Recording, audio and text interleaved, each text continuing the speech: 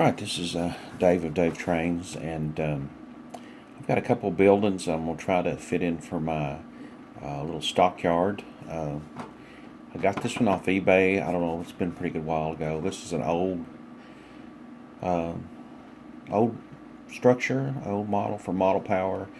It's for ages 8 and over, so hopefully I can put it together. And then I have a newer one. So I'm going to put these together and start with this one and see how I can make these into to go in my stockyard, and we'll see how that turns out. So let's get started here. Let me open it up. I'm just taking the plastic off, and it looks like it's in good shape. Looks like some windows, and maybe I'd say that's the base. And glass, more glass, more windows. Looks like walls, more walls. I guess these are for skylights. And it's probably roof. It says a census building, but we're not going to use it for that. And we've got directions. So it looks pretty simple. No decals, so that's alright. So let me move these things around, and we'll get started. Okay, so I have went ahead and painted the back of these flat black. That way, if I want to put lighting inside the building, it won't show through the plastic. I used like a light gray primer on this. I think instead of just painting this brick red, I'm going to leave it like this, and I'm going to see if I can remove some of it like it was an older building and they've painted it, and some of the paints wore off. And as you can see, I painted everything flat black. I can go back and paint the doors and the vents and stuff something else, but I'm going to leave the windows black. I think they'll look pretty good. So let me go find some tape and see if what I want to do with the sides will work. So I'm going to be right back.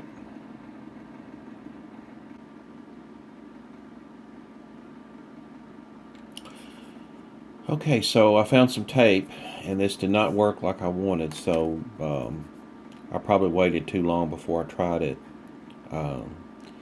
Luckily, I didn't paint it. I don't know if you can see it or not, but there's a little bit of the red showing through. So I've got to figure out what I'm going to do next here. So I'm going to go ahead and paint the roof, get that done, and then go from there. So that way I have some time to think about it. So on the roof, I'm just using this steel, this Model Master steel. I've had this for a long time, and basically watered it down. I just used my paintbrush to pick up a few drops of paint, and then a little bit of water, and that way it's not thick. It's pretty old, so it's pretty thick. So this has got enough rough texture to it that it's going to flow out pretty good anyway. Okay, so what I did is I wound up taking some of this craft paint you get from Walmart for like $1 or 50 cents. It's true red, and what I did is I just dry brushed it. I used this was my mother-in-law's. Like I said, she did a lot of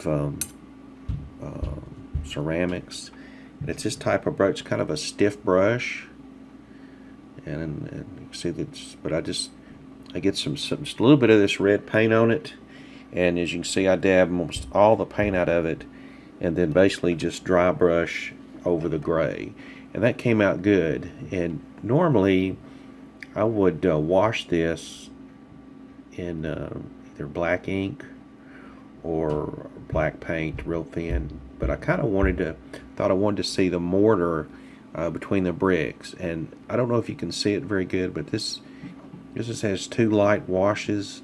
The problem I use like an off-color paint, craft paint. It's called Oyster, and I don't know how good you can see it. This is what it looks like dry brushed, and then this is after 2 coats of the white wash on there to kind of get into the between the bricks like mortar. And you can't do too many because it'll wind up washing the red out, make it a light color. But that turned out, I kind of like that. I may wind up doing some black wash up here across the top. When I was doing this, I don't know how far over the roof will go, but you can see I did not paint this right here, so I may have to touch that up, or hopefully it's covered up when we put the roof on. So the gray, I didn't want a bright red building, so spraying it gray, and then like I said earlier, I was hoping that I could take some tape and remove some of the gray, like it had been painted gray and it was wearing away, and make it look older. But just dry brushing it red and then going back with a couple washes of white paint, I kind of like that. It does fade it out, but it mainly gives that where you can see like the white mortar in there. And like I said, I don't know how good you can see it on the camera. It looks to me sitting here, it looks pretty good, and that's what matters, I guess, when you do anything like this. If it looks good to you, then that's the only person you got to appease on this. Alright, so I'm going to go off camera and finish painting the rest of this building, because that's going to take a while for that to dry, and after that's done, we'll I guess be ready to start assembling it. Alright.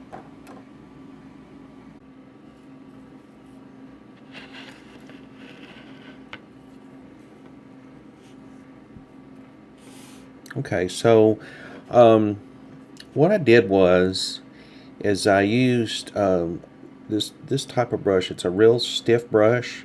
Like I said, my mother-in-law used it in ceramics. And what I did is I went through and basically just used the red paint and just brushed it. I didn't paint it heavy. It just more like dry brushed it, I guess is the term. And after I did that, then I used about 3 coats of a white wash, because I wanted the mortar to show through.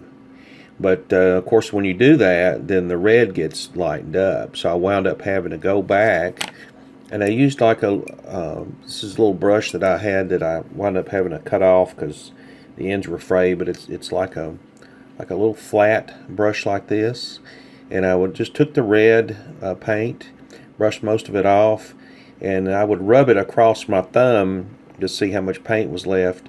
And I basically went through and just, I guess, really lightly dry brushed to bring to cover up the white on the brick and bring that out. And that turned out really well. I mean, you can see the mortar. It's not perfect on every one, but I think it turned out really good. And so I've got to finish these others, but that's what it looks like.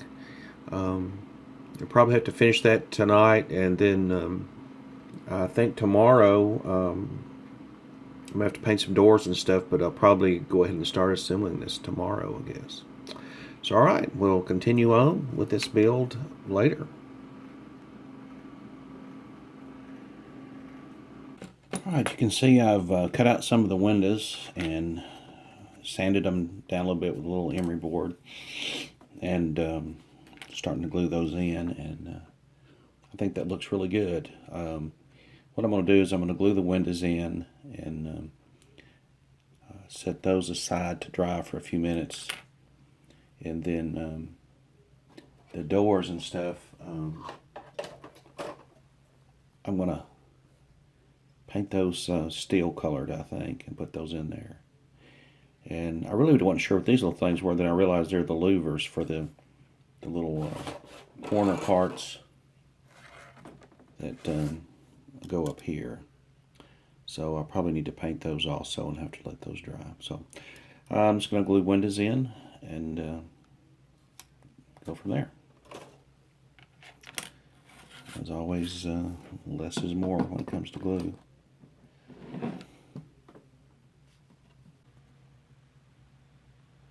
Okay, as you can see, I've finished it. I was trying so hard. I have a lot of difficulty doing these models. Mainly, just can't keep my hand steady, and of course, my eyesight's getting pretty bad. But you know, for me, that turned out really good. There's one more to do. I was going to film where I was trying to put the walls together, but I got so frustrated. You can see there's a tiny gap here, but that's about the only place that it came apart at. I'm kind of handling because I just finished painting the vents. I'm gonna weather those, put a little rust on them in the roof to give it a little bit of weathering. But then I was so pressured, or I wouldn't say pressured, but I'm so concentrated on getting the walls together and fitting the roof, make sure everything fit right, that I forgot to put in the glass to the windows. So there's no way I'm going to take that apart. You know, I guess it's just going to be cold in there where they're slaughtering those hogs, I guess. But anyway, I do have one more. I think I learned a lot from doing this kit. You know, I was very pleased to have the brickwork turned out. I think that looked real good. Setting it up, I wished I had a better way to square the walls. I got them pretty close. I mean, if you do the base, but it was still difficult trying to glue and hold things. And I forgot what this little contraption is called, but I've got that, one of these things, and it worked a little bit.